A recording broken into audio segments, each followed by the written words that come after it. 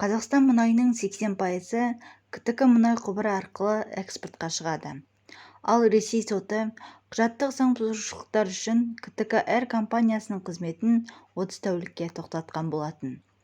Бұл қоғам белсенділерінің ашуын туғызды. Солардың бірі тәуелсіз журналист Оңғар Қабден Телеграм арнасына КТК құбыры туралы оқиғаға байланысты пікірін білдірді.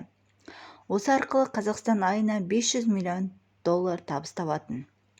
Ресейліктер бізді осы жеп отырған нанымыздан айырды. Онымен қоймай, көлгірсі бана Лавров дегендері Қазақстан біздің ең жақын досымыз дейтіндерін қайтерсің. Бұндай достың барынан жоғы. КТК құбыры бұл біздің жанды жеріміз. Содан болар бүгінгі жиналыста Тоқаев басты бағыт Транскаспий бағыты депті. Жақында ғана Тоқаевтың Иранға сапарға шегіп, артынан Түркменге табан тіреп, Аркадакты орденмен марапаттап қайтқанын ескерсек, болашақта біздің мұнайдың құбыры Әзербайжан, Түркменстан мен Иран бағытына бұрылатын сияқты деді.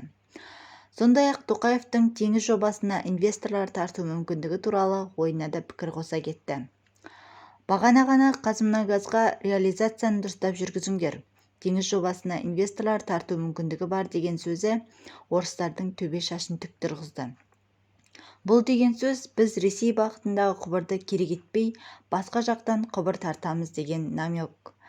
Ресей қит етсе крайникті жабамыз деп айналасында Еуропаны да мезі қылып еді. Енді тезірек инвестор келіп, Транскаспий жобасын іске асырсақ екен. Ешкімге жалтақтамай өз мұнайымызға өзіміз ие болар едік. Батыстағы жұмыс іздеген ағайынның жұмыссыздық мәселесі де шешімін табар еді. Көрінген ит пен битке қор болған қазақтың мұнайы деді ол.